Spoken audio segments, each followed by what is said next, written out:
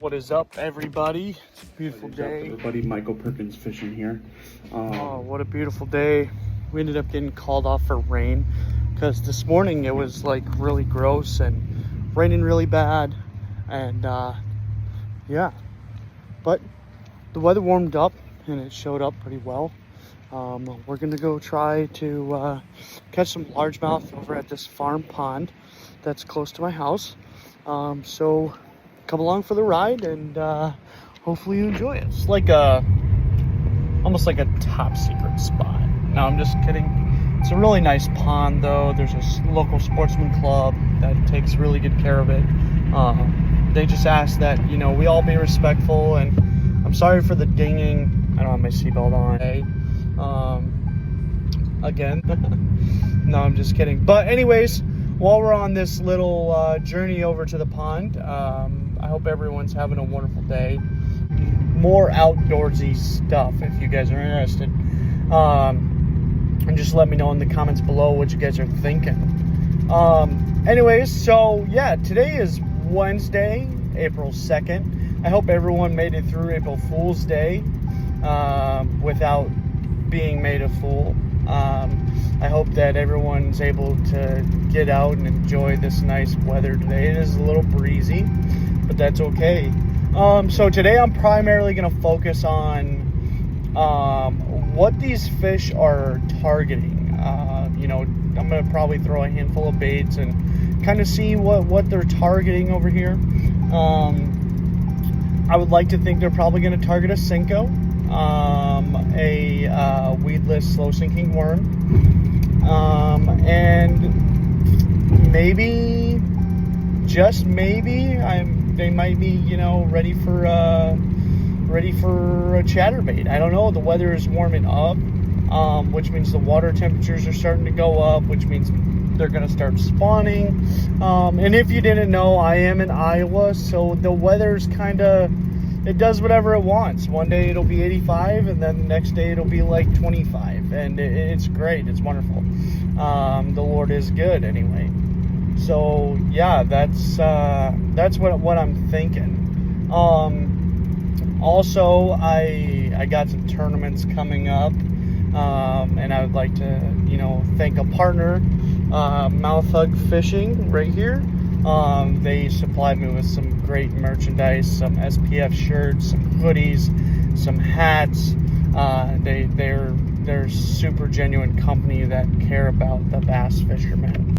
I also would like to thank Googan Baits. I also would like to thank Googan Baits. They made, you know, them and Scott Martin partnered up and they made that Bandito bug, which is one of their biggest selling baits. But I have a personal preference of color that I use from them, and that's Okeechobee Craw. On every bait that they have, if I can get the Okeechobee Craw color, that's the color I will use. It's been proven time and time again for myself that, you know, the bass love that color. I don't know why, or I don't know what it is about that color that they love, but they've always bit on that color for me, so I've just been notorious for just using the Okeechobee Craw color on my soft baits. That's just what I like to do. So also, I think we had a pretty good turnout for the 2025 Bassmaster Classic, of who was gonna win, and that didn't even make sense, bro. Of who was gonna win, and I told them, I said, listen, I said, I got a gut feeling that Easton Fothergill's gonna win this, and they're like, no, I think Trey McKinney's gonna win it, and so on and so forth. I was like, okay. I said, here's the thing. I said, it's gonna come down to Easton Fothergill and Trey McKinney. I said, but my gut is telling me that Easton Fothergill is going to take this win. And sure enough, he did. And he did a wonderful job. He really played out there at Fort Worth, Texas at Lake Ray Roberts. Given the conditions, he fished wonderfully. I know in the last few minutes he wasn't sure what was going to happen. Then he got that 8-pounder. I mean, that'll just change a guy's life. And Easton, I just wanted to tell you, good job, man. I don't care what all the naysayers are saying. Let them say whatever they want. You went out there, you faced the conditions, you faced the trials, you switched up things when you needed to switch things up. It's you on your win at the 2025 Bassmaster Classic in Fort Worth. I hope to see you fish again there some other time. I got to see you fish up in La Crosse, Wisconsin for one of the Bassmaster Opens, back when you still had the Montevillo jersey and stuff. So that was a pretty, humbling experience. That's just what I thoroughly enjoy. And other than that, I get to do it because the Lord has blessed me and learning these fish and learning what they like to do. That's just what I thoroughly enjoy. And other than that, I get to do it because the Lord has blessed me and given me life to be able to do this. So I'm very grateful for that. And there's also times where I get to have my wife come out and enjoy it with me, enjoy recreational activity. And what better thing to do with a family member than go fishing? A very young kid, my father, he had taken me on an all-guys trip. It was him, me, and my older brother. And we went out and fished the Mississippi, and I caught like a 6-pound smallmouth on a little hook and worm and bobber. And I had no idea what I was doing. My dad just said, cast this line out there and wait for your bobber to go underwater. And when it goes underwater, you got to fish. So I was like, all right. So that's what I did. And I caught me a 6-pound smallmouth, and I'll never forget it. I love my brother to death, and I was so angry because I didn't get a picture with that fish. But he was like, he threw it back after he took it off my hook. It was like, nope, that wasn't a good fish. And then I got older and I look back at that memory. I'm like, that was an amazing fish, But no, I also want to give, so much thanks to my family. My grandfather, he fished tournaments, and I'm so grateful for what I get to do. And I want to eventually, one day, maybe I can make a career out of bass fishing.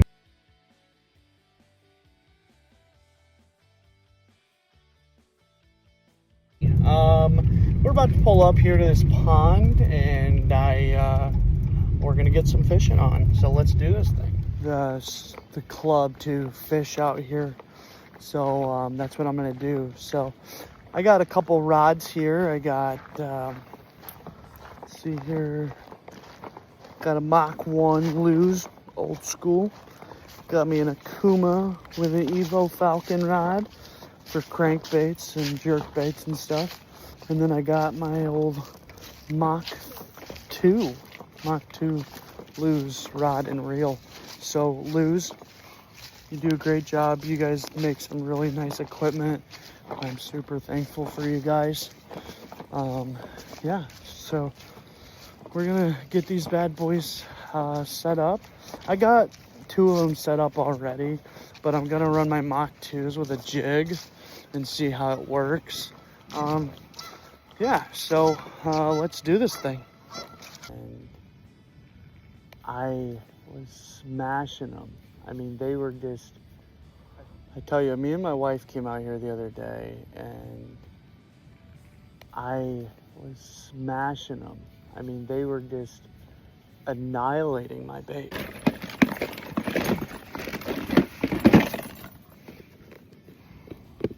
All right, so we got the jig all, skirt all fixed up.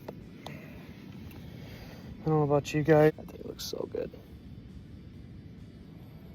Look at that beautiful thing. Can't wait to set the hook on that bad boy.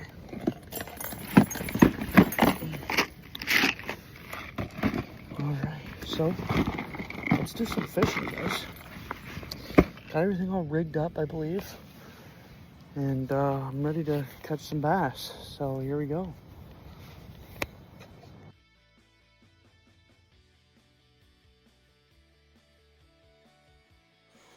Sorry guys, we had to move to another spot.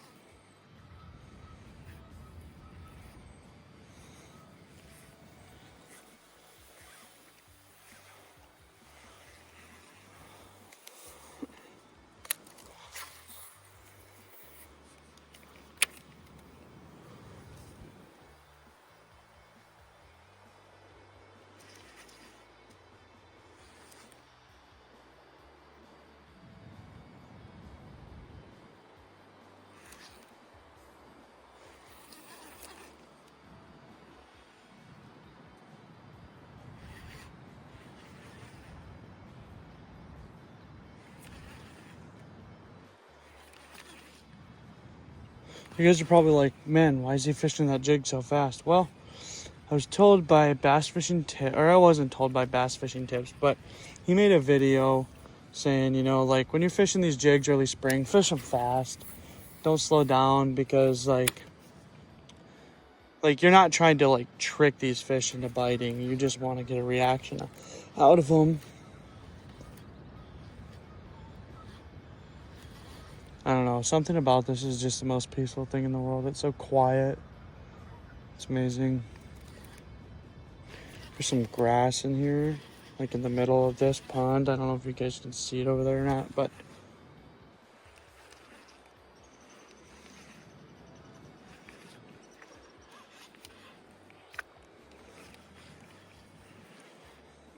let's try to go over here a little bit.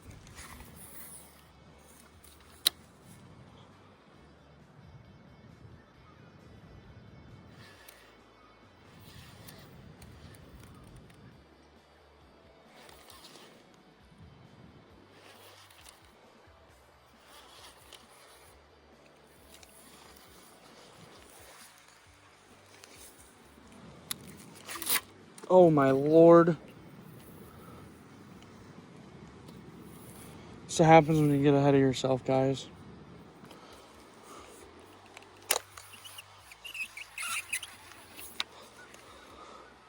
Listen, everybody backlashes. I don't care who you are. It happens. I wish it didn't, but it does, and it's unfortunate.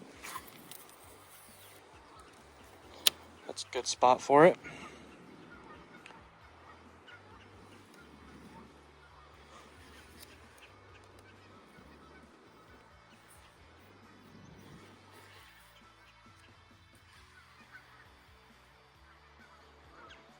Oh, I think I just had a bite right there.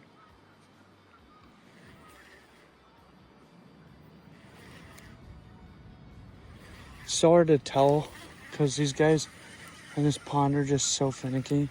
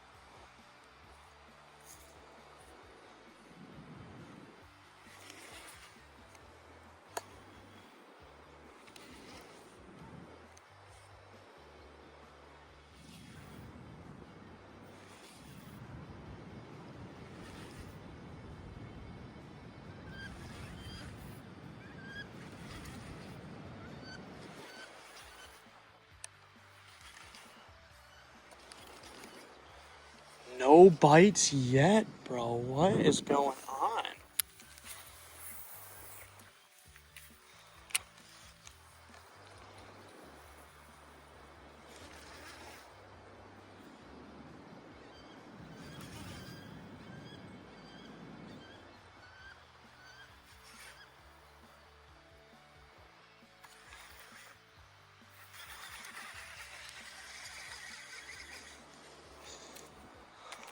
back in and I'll try a different one then, I suppose.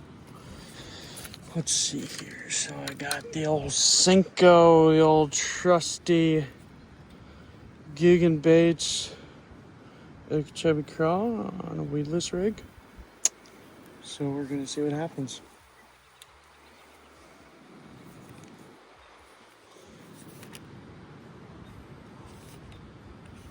I always have good luck with this one. I don't know why, but they love this thing here.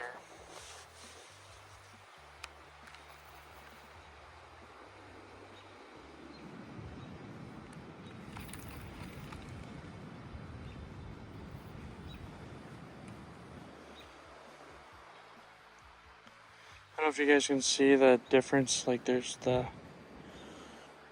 you guys can see that. So cool. The water's so clear here.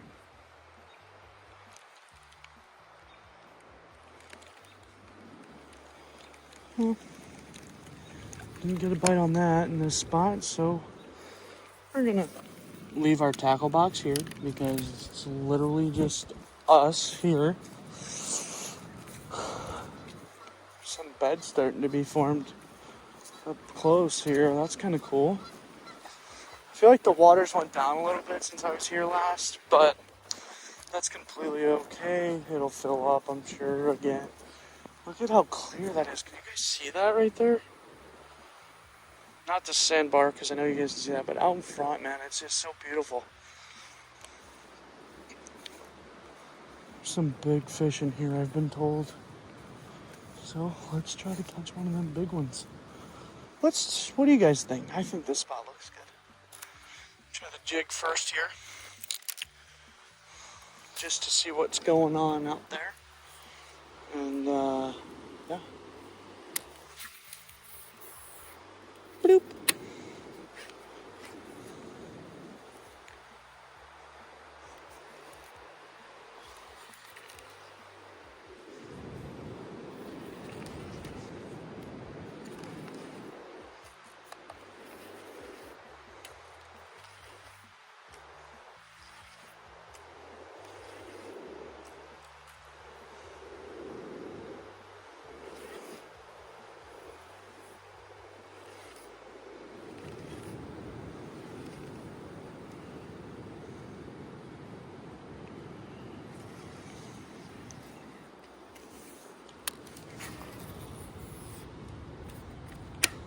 I'm willing to bet they're all up in this pocket up here.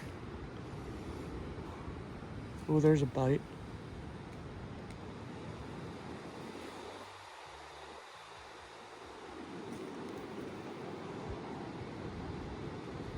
Just had a bite. Was too busy yakking. Oh, that's irritating. That was a decent little chomp.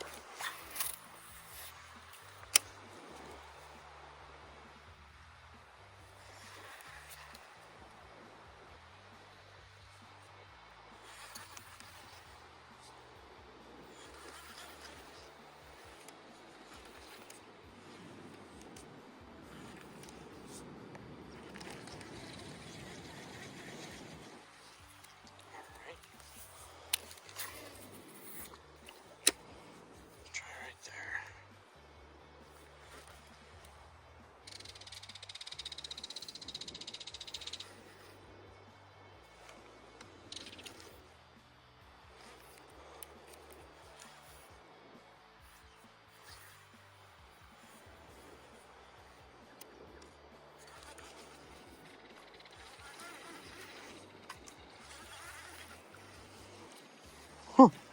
Interesting.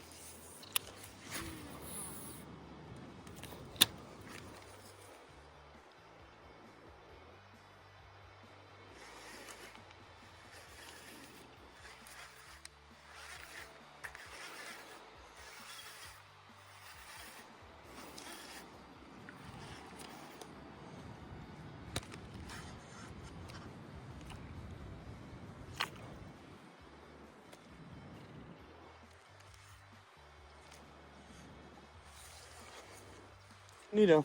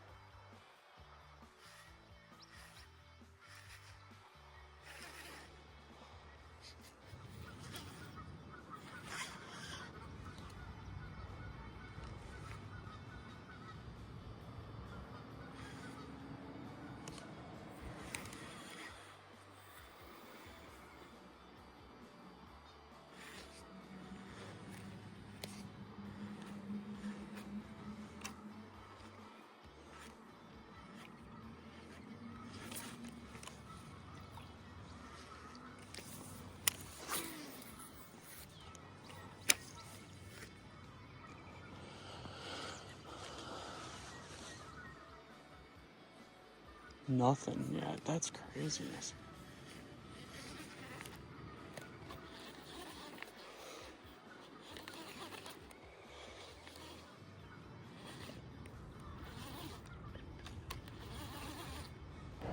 Towards the end here, my phone actually died, but thank you guys for watching. There'll be a part